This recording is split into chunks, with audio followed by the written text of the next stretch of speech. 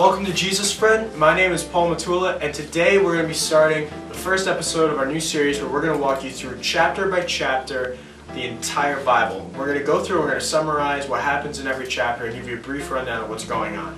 So as we start, we're starting today in the first episode with Genesis 1. And Genesis 1 starts out with "in the beginning." Now, in the beginning, God steps in and out of eternity and comes out, and He creates time, and He creates everything that's to follow. And He creates all of this stuff so that He can begin His story and His walk with man and with all of His creation.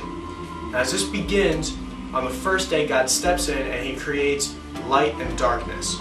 And God separates these two, says it's good, moves on, and that's the first day.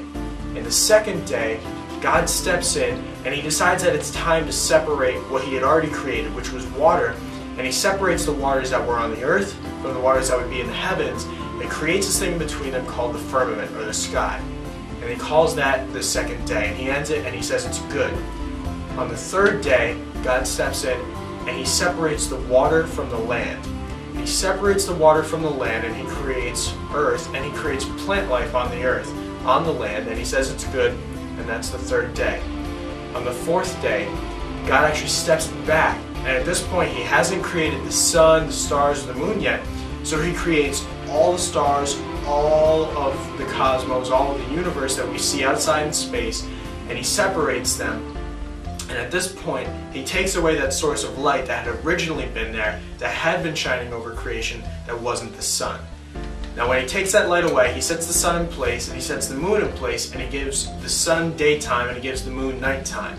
He separates them into two spheres again, and says it's good.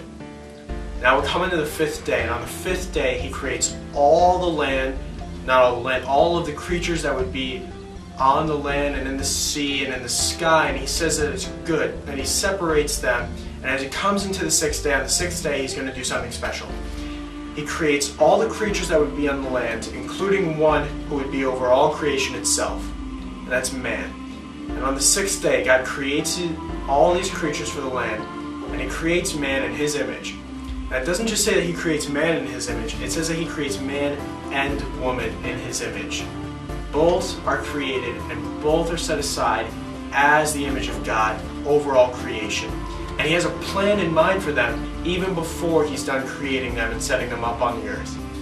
Once He's created them, He comes to them and He says, "I will bless you and give you all of creation for you to rule over and for you to essentially be kings over. I want you to be fruitful and multiply and fill the earth." Now, at this point, chapter 1 ends, but it doesn't end there. As we'll see in chapter 2 coming up, God's plan isn't finished, and we're going to step back and look a little bit more specifically and closely at what happens on the sixth day of creation between God, man, and woman. Thank you for tuning in to Jesus Friend and to our first episode. You have a great day.